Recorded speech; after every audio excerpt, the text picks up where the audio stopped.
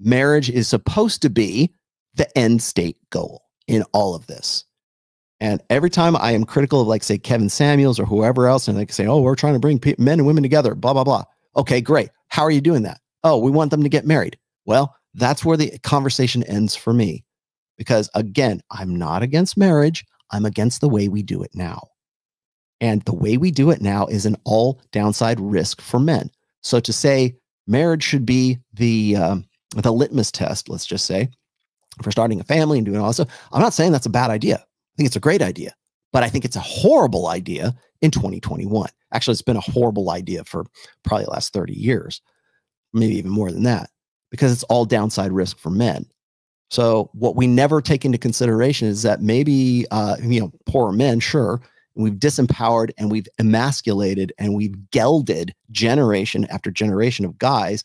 And then we wonder why we see a decline in marriages.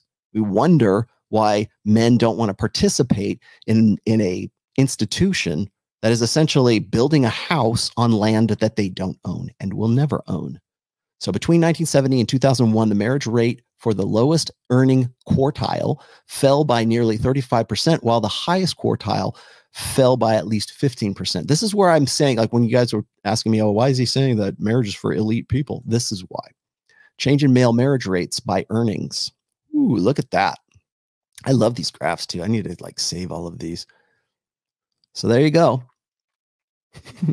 These are the percentiles. What is it? Change in male marriage between 1970 and these are the quartiles. A percent of annual income. Okay, so what we're saying, by the way, let's point something else out here that's kind of a mean thing to say, because you know how mean I am. Okay, here's the thing. When you look at this data, when you look at change in male marriage rates by earnings, so earnings are the determinant for whether a woman wants to get married to a man or not. Is he economically attractive? And we can see it here in black and white. Well, clearly it is. If we're going to, and now again, I'm not suggesting we do, but if we're going to use marriage as sort of the metric by which we're going to say a family is successful, a country is successful, a pairing is successful in whatever way, if that's the metric we're going to use, okay, let's just say for sake of argument here, then that metric is based on men's earning potential. Does that sound like opportunism to you? Especially when it is the female of the species that is deciding the fate of the species, really, as to who they're going to marry, because marrying, of course, means babies.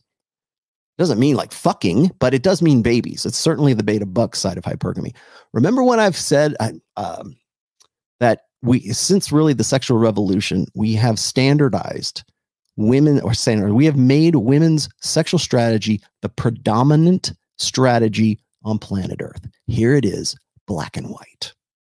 You want numbers? Here's your fucking numbers. You want data? You want, where's your sources? Here you go, brother. Here's your sources, brother. Oh, he didn't do any research on this. I didn't have to. It's already done for me. All I'm doing is quoting, man. I just work here. If it sounds nicer coming from Rob Henderson, Chris Williamson, well, he can use the same thing and he can tell it to you in a monotone, sweet little voice. Oh, it's good. Right? This is it. Black and white. The most powerful signal. So again, once again, earning potential. Actually, let's keep going here. The most powerful signal of earning potential, especially for people in their 20s who haven't yet realized their potential, is a college degree. At least that's socially speaking, we think of college educated men as like that's the apex. You got to have a college degree. Otherwise, you're not economically attractive. College educated men earn a median of $900,000 more over their lifetime. Wow. A whole 900,000, huh? Over their lifetime than those who only graduated from high school.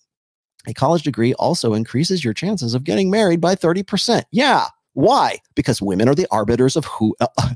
Once again, you guys want me to prove to you that not only are women the gatekeepers of sex, they are also the gatekeepers of commitment. And they are also the gatekeepers of whether or not a family is created or it is not.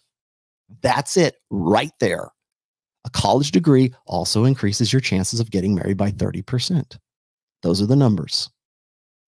So when I say women's concept of love is based on opportunism, because that's hypergamy, as you just saw, because especially when you only want to define it in socioeconomic terms. Okay, I'm there with you. Let's go with it. Now, when I say, the chances of you getting married are increased by 30% if you have a college degree and you're making more money, that doesn't sound like the Disney fairy tale where, we were soulmates and we just star-crossed lovers and saw each other across the homecoming dance floor and just fell in love and became high school sweethearts. Where is that? That's nowhere. The nuts and the bolts of it are right there, at least in these terms. I'm not saying that's not, again, I'm going to back this up here a second, but I'm going with what these experts are telling me. That's it. Opportunism. Women base who they're going to emotionally invest themselves in based on opportunism.